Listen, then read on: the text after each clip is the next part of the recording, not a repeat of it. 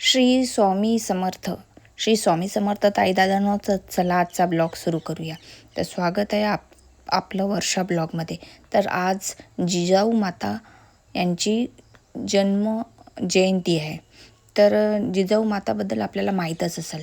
जिजाऊ माता यांनी प्रतिकूल परिस्थितीवर मात करून स्वराज्य निर्माण करणारे छत्रपती महाराज घडविले. तसेच त्यांनी स्वराज्य निर्माण करण्याचा प्रचंड आत्मविश्वास शिवरायांमध्ये निर्माण केला. अशाच या आपल्या जिजाऊ माता.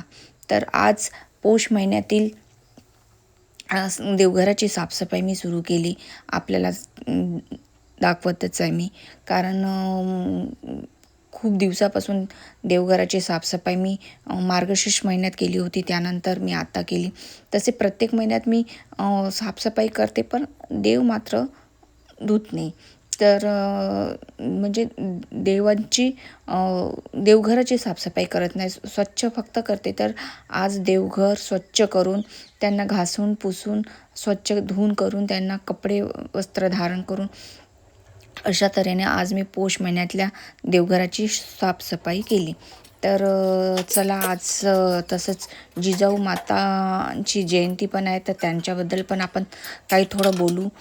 तर आपल्याला माहीतच असेल, जिजाऊ माता या छत्रपती शिवाजी महाराजांच्या आई आहेत. भारतीय पुराणामध्ये आदी शक्तीचा उल्लेख केलेला दिसतो. म्हणजेच माँसाहेब पण त्यांना असे बोलतात. माँसाहेब जिजाऊ माता अशी त्यांची ओळख पण आहे. तर या आदिशक्तीचे दर्शन सर्व जगाला राजमाता जिजाऊच्या स्वरूपाने घडले आहे. माँसाहेबाचा उल्लेख करताना आपल्या कुठल्याही संदर्भाची गरजही पडत नाही. म्हणजे माँसाहेब राजमाता जिजाऊंना माझे शतनमन प्रणाम. त्यांना मानाचा मुजरा. जिने शूर शिवबाला साक्षात आई भवानी जिच्या पोटी जन्म घेतला शिवबाने, असे ही जिजाऊ माता. तर जिजाऊ माता यांचा जन्म बुलढाणा जिल्ह्यात झाला होता.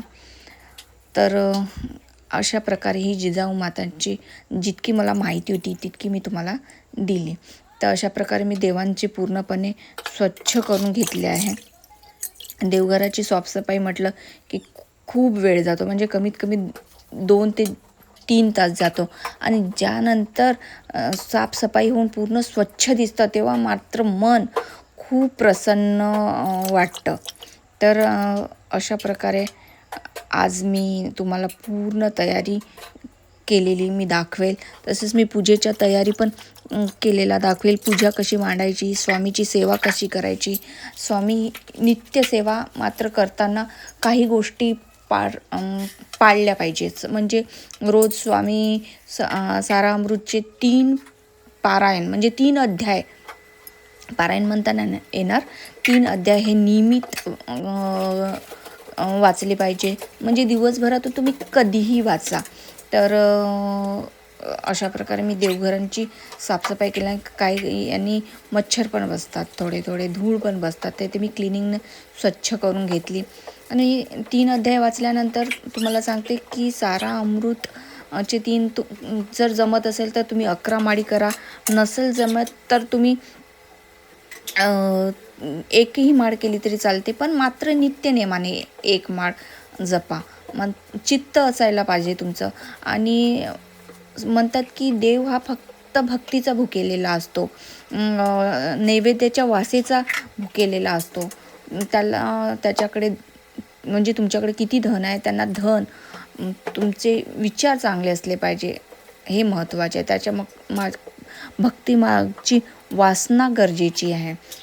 स्वामी सांगतात की खूप अडचणी आहेत जीवनात, परंतु त्यांना समोर जाण्याची शक्ती फक्त तुमच्यामुळे येते.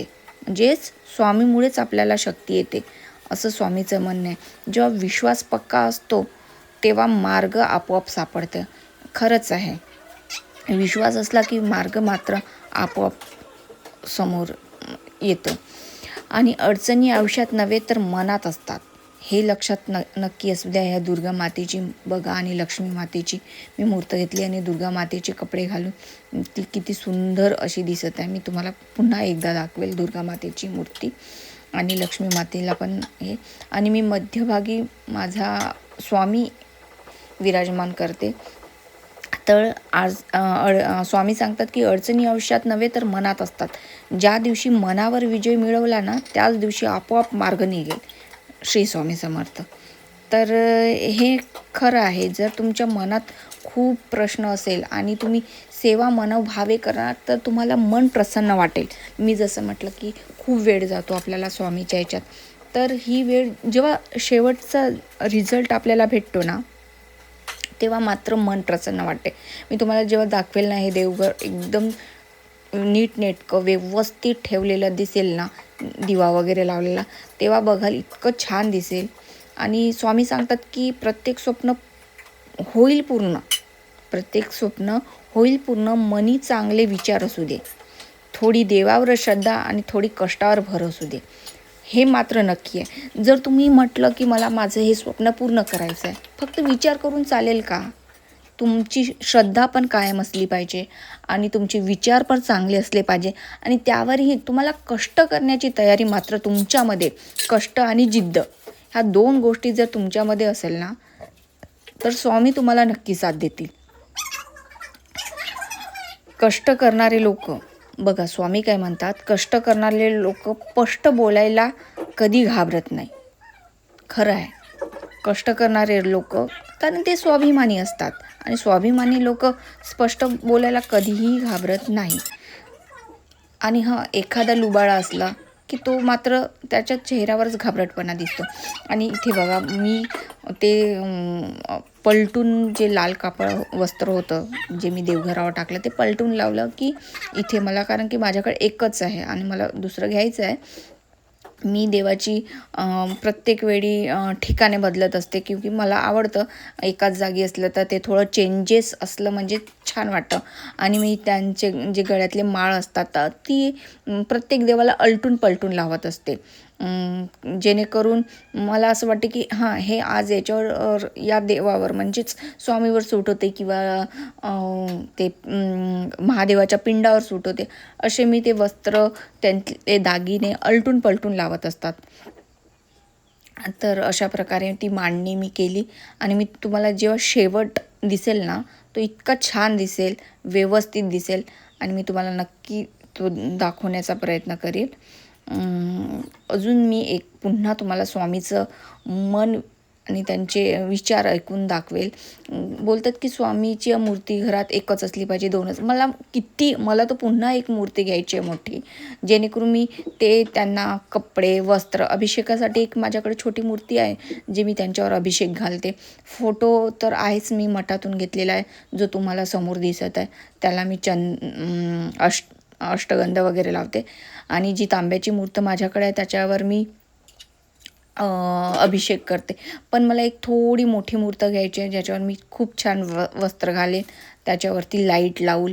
तर बघा, अशा प्रकारे मी देवघर साफ करून घेतलं आहे आणि स्वच्छ असं ठेवलं आहे. आणि जे माझे ग्रंथ आहे रोजच्या पूजेतले, म्हणजे रोज सायंकाळी सकाळी जी मी पूजा करते, ग्रंथ वाचते, ते मी त्यावर हिरवा कापड ठेवून पाटावर ते व्यवस्थित ठेवले आहे, जेणेकरून असं म्हणतात की ग्रंथांमध्ये पण, ग्रंथ वाचायला भक्ती असूनही चालत नाही, ते वाचन महत्त्वाचं आहे, तर ते मी ठेवलेले आहे.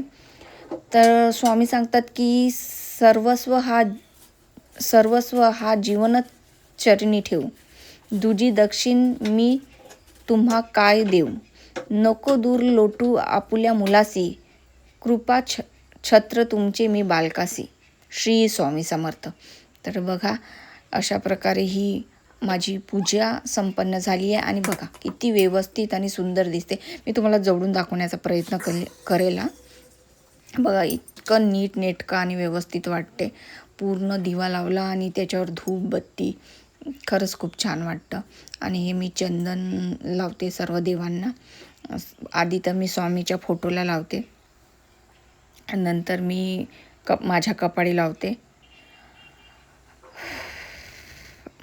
आणि स्वामी सांगतात की माझ्या प्रत्येक निर्णयावर आनंदी राहा. मी जे देईल, वाईट देईल, चांगलं देईल, वाईट देईल तरी ते तुमचं भलंच आणि चांगलं देईल ते पण मी तुमचं भलंच.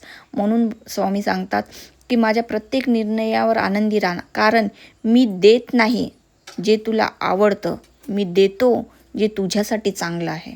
लक्षात ठेवा, मी प्रत्येक निर्णयावर आनंदी राहा, कारण मी देत नाही जे तुला आवडतं, मी देतो हे तुझ्यासाठी चांगलं आहे. काय खरंच स्वामीमध्ये खूप अपार शक्ती आहे, ते अनंत कोटी आहे. हे बघा, देवघर स्वच्छ केल्यावर किती व्यवस्थित आणि नीटनेटकं दिसतं आणि घर पण प्रसन्न वाटतं, मन पण प्रसन्न वाटतं. आणि स्वामी सेवा ही नित्य सेवा आहे. स्वामी सेवा करत राहा आणि घराघरापर्यंत स्वामी सेवा पोहोचवा. यूट्यूबवर अशा खूप व्हिडिओ अवेलेबल आहे जी स्वामी सेवा सांगितले. मी माझ्या पूजेतून पण सांगेलच तुम्हाला. श्री स्वामी समर्थ. भेटूया नेक्स्ट ब्लॉगमध्ये. श्री स्वामी.